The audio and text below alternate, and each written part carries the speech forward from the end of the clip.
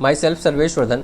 और आज की क्लास में हमने इलेक्ट्रोमैग्नेटिक इंडक्शन पे क्वेश्चन लिया है जो पूरी तरह से फैराडे लॉ और एनर्जी कंजर्वेशन पे बेस्ड है।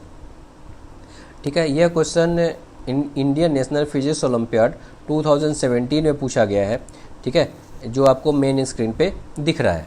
इसमें क्वेश्चन है कि ये XY वायर है, ठीक है, जो हॉरिजॉन्टल प्लेन पे रखा हुआ है। ठीक है, एक यूनिफॉर्म मैग्नेटिक फील्ड इस प्लेन के परपेंडिकुलर इनवर्ड डायरेक्शन में है।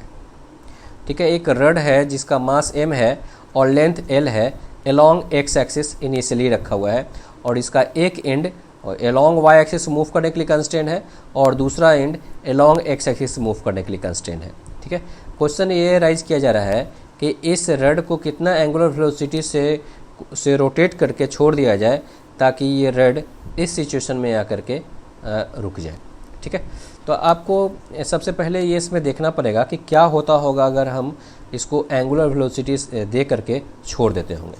तो हम सबसे पहले इसको देख लेते हैं। तो जब हम काइनेटिक एनर्जी देते होंगे, रड को काइनेटिक एनर्जी देते होंगे, तो इससे क्या होता होगा, रड में मोशनल ईएमएफ जनरेट होता होगा। मोशनल ईएमएफ जनरेट होता होगा। मोशनल ईएमएफ जनरेट होने से क्या होता है, तो इस मान लेते हैं ये लूप बन गया, इस तरह ये सिचुएशन में आ गया और इसमें मोशनल ईएमएफ जनरेट हो गया। ये कंडक्टिंग क्लोज लूप है।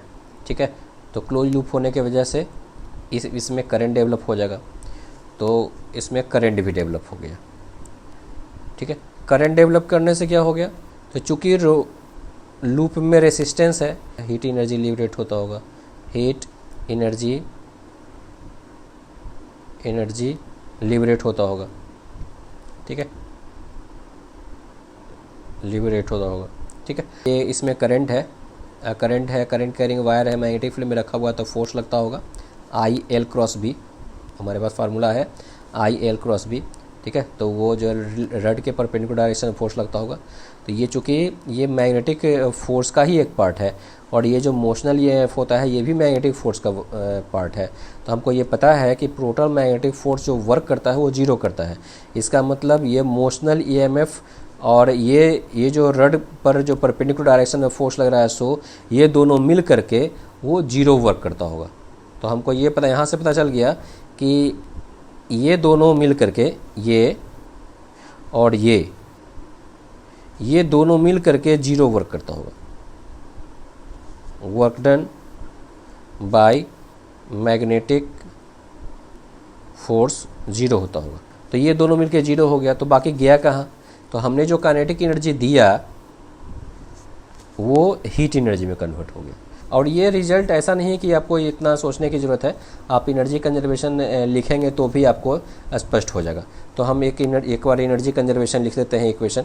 ठीक है, तो हम पूरे सिचुएशन के लिए एक एनर्जी कंजर्वेशन लिख रहे हैं। Delta U plus delta K plus delta H liberate is equal to work done magnetic field की वजह से प्लस वर्क डन सेल की वजह से। हमको पता है कि कोई एक्सटर्नल एजेंट नहीं है। ठीक है, इसलिए जीरो होगा। Total magnetic force zero, magnetic force की वजह से वर्क डन जीरो होगा। ठीक है, मैग्नेटिक फोर्स इसमें दोनों आ गया, एक मोशनल ईएमएफ वाला जो पार्ट है सो, और एक रड के परपेंडिकुलर जो मैग्नेटिक फोर्स डेवलप हुआ है सो, ये दोनों मिल करके इसी में आ गया। तो टोटल मिल करके वर्क जीरो होगा। एक पॉजिटिव वर्क करता होगा तो दूसरा निगेटिव वर्क करता होगा, ओवरऑल जीरो करता होगा। ठीक है, ये हमको पहले से पता है कि मैग्नेटिक फोर्स कोई वर्क नहीं करता है। तो ये जीरो हो गया, ये जीरो हो गया। अब ये तो ये टोटल का सिस्टम जो है हॉरिजॉन्टल प्लेन में है, तो ग्रेविटेशनल पोटेंशियल एनर्जी तो चेंज नहीं हो रहा है, तो ये भी टर्म जीरो हो गया। तो हमारे पास बचा delta K plus delta H liberate. तो हमारे पास जो रिजल्ट बचा है वो आ गया है delta K by delta T is equal to minus DH by DT। इसका मतलब ये क्या है,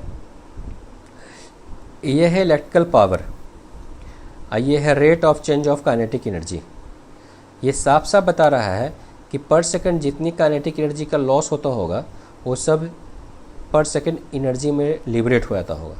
ठीक है, ये माइनस साइन बता रहा है कि काइनेटिक एनर्जी में लॉस जो होता होगा वो हीट एनर्जी में लिबरेट होता होगा।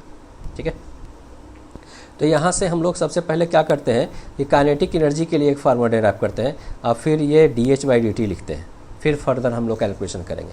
तो काइनेटिक एनर्जी रड का लिखने के लिए, एक रड तो जनरल प्लेन मोशन में है, तो जनरल प्लेन मोशन में है, तो इसका हम काइनेटिक एनर्जी लिखने के लिए हम लोग क्या करते हैं, इस जनरल प्लेन मोशन को हम प्योर रोटेशन में चेंज कर सकते हैं। ठीक है, अब प्योर रोटेशन में चेंज करने के लिए हम लोग क्या कर सकते हैं, हम इंस्टेंटेनियस एक्सिस ऑफ रोटेशन का कंसेप्ट लगा रहे हैं।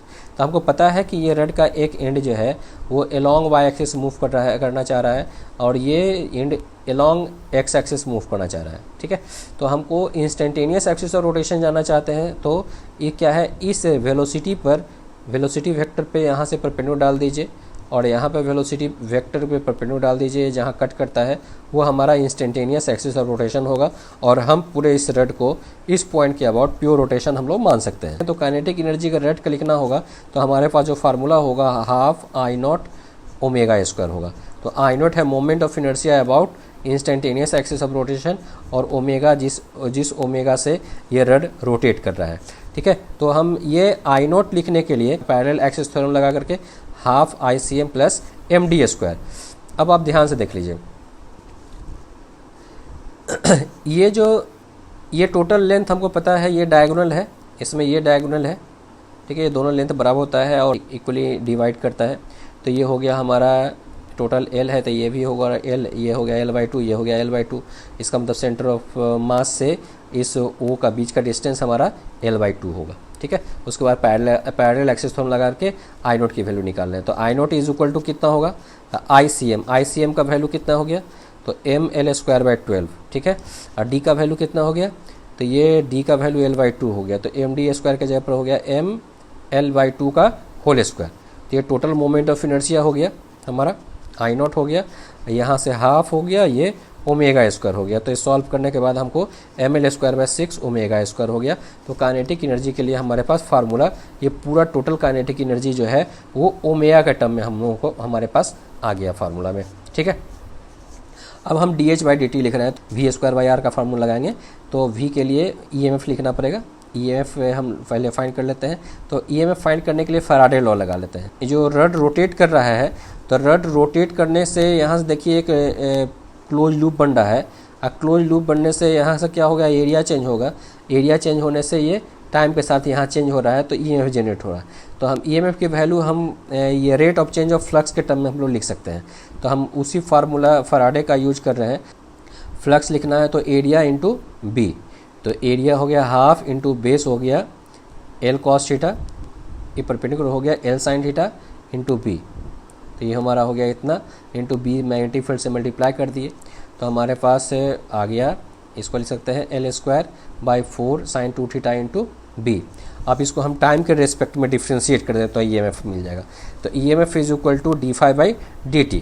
तो यहाँ से L²/4 हो गया, और sin 2 थीटा को हम डिफ्रेंशिएट कर देंगे cos 2 थीटा, और फिर इंटू बी हो गया यहाँ से, और 2 थीटा को डिफ्रेंशिएट करेंगे 2 इंटू थीटा को टाइम के रेस्पेक्ट में डिफ्रेंशिएट करना है, तो 2 इंटू d∅/dt। तो यहाँ से 2 कट जाएगा, तो फिर आ जाएगा L²/2 b cos 2 theta into d∅/dt। और d∅/dt क्या है, तो d∅/dt है इस रड का एंगुलर वेलोसिटी मिलेगा, तो उसको हम ओमेगा लिख सकते हैं। तो ये हो गया यहाँ से ओमेगा, तो L²b ओमेगा/2 cos 2 थीटा, ये हमारा लूप का EMF हो गया। From equation 1 dk/dt is equal to minus EMF²/r हो गया। अब k के लिए हम लोग फार्मूला ड्राइव कर चुके हैं, mL²/6 ओमेगा स्क्वायर है, तो इसको टाइम के टर्म में डिफ्रेंशिएट करेंगे तो mL²/6 हो गया, और ओमेगा स्क्वायर का डिफ्रेंशिएशन हो गया है हमको 2 ओमेगा, और d⍵/dt हो गया। और EMF का वैल्यू कितना आ गया, तो EMF के लिए हम लोग अभी डिराइव किए हैं L², उसका स्क्वायर करेंगे तो L⁴ b² omega square cos square 2 थीटा/4 हो जाएगा। ठीक है ना, तो हो जाएगा L⁴ b² ओमेगा स्क्वायर, ये 4, ये हो गया cos स्क्वायर 2 थीटा ये r, ये 2 कट जाएगा तो mL²/3, यहाँ से ओमेगा आ गया, और d⍵/dt को हम लिख सकते हैं यहाँ से d थीटा, फिर d∅/dt। ठीक है, d∅/dt हो गया ओमेगा, तो ये हो गया हमारा से यहाँ से ओमेगा स्क्वायर आ जाएगा, और यहाँ से जो ओमेगा स्क्वायर आया वो कट जाएगा। तो यहाँ से ये आ गया हमारा का d⍵/d∅ इज इक्वल टू, यहाँ से मल्टीप्लाई कर देंगे तिरछा, तो हो जाएगा 3b² ओमेगा स्क्वायर, यहाँ से एक L² कट गया तो L² बाई, यहाँ से हो जाएगा 8 कर दिए हैं, यहाँ से 2 से मल्टीप्लाई कर दिए हैं, 2 cos स्क्वायर 2 थीटा को 1 प्लस cos 4 थीटा लिख दिए हैं, तो यहाँ से 8 mr आएगा।